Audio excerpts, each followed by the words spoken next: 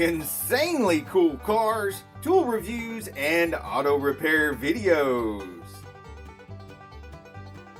In lots of other videos, you see people using tools, power tools, and modified tool blades and stuff like that to try and make short work of cutting the sidewalls out of these tires.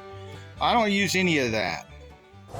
Instead, I use this wonderful invention called a workbench, and I use this wonderful device called a carpet cutter. And I find the spot right here before the belts so I can cut most of the sidewall out, and it's got a handy line here that you can follow and just pull along.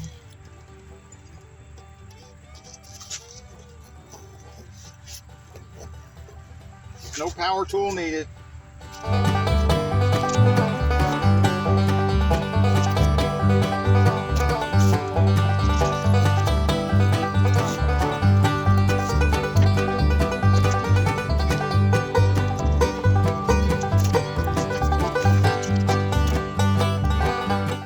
Make sure you stick the blade all the way out. I didn't get it out far enough, or I pushed on it the wrong way while I was cutting.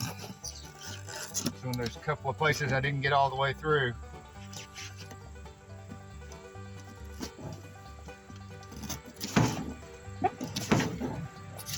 And this tire's got some damage right here too that's making it slow me down.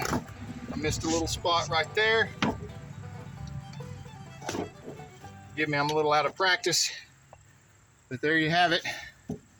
Complete sidewall out, and it's relatively round here. It's not all out around like some of the other videos you see, because I just follow the line here. If you cut them out almost perfectly round, they can be useful for stuff like gardening, going around trees that you planted. And this one is going to be part of a tool that I'm using for tire work. And I have a playlist full of videos using and modifying this tool to make it easier. This is going right down here.